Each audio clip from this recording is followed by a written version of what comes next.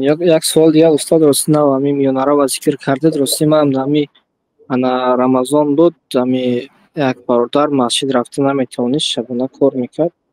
و من یه مبلغ داد گفت همیره بوده در انا انسانی که ذکر میکنه یعنی تسبیح رمضان میگه ده هم بوده میتی و من بردم مثال و انا اون چیزی که نشد انا برده درمو امام هم مسجد دادم چی میشه دادیم مثلا در انسانی گفتگیش نرسوندم همچون صدقه اصلا وکیل یعنی عیناً وظیفه‌ای که اصیل برای او فرمود همون با کار کنم به اجازت اصیل یک آدم به شما پول داد و گفت که اینه در روز عرفه بر روزدارها افطار تی گفت شما گفتید که چیم همین روزدارها افطار دادن همین پول امام مسجد میتیم یا همین داملا میتیم ثوابش کلانتر است گفته اگرچه ثوابش کلانتر باشدم در حقیقت نکنید چون که وای آدم صاحب پول چی گفته باشد همون اجرا کردن در کار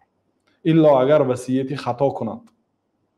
وصیتش نادرست باشد مثلا یک آدم گفت که من وقتی که وفات کردم مرا شیمو کاستوم پوشانده دفن کنید تا اون گفت ما این که از هوا نگوستدیم این گپای حادثه های شدگی در این بین مردمی تاجیک خودم یا تاجیک بود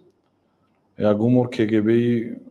چی بود زمان شوروی کار کردگی بود میگفت که من اگر وفات کنم شیمو کاستون گالستوک تفلی پوشانده دفن کنید تا من میگفت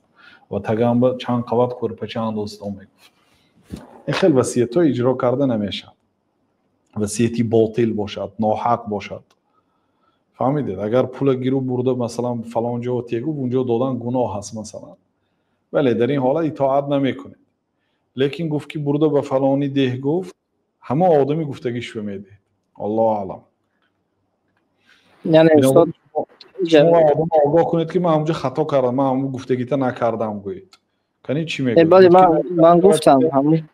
گشته پول برده با اون آدم اکو از جایبی خدا تیگو دگر با وظیفه دار هستید نه من همون پگاهش باز گفتم که مقصد دعوی دادم اون را چخیل دایراب نکردم چخیل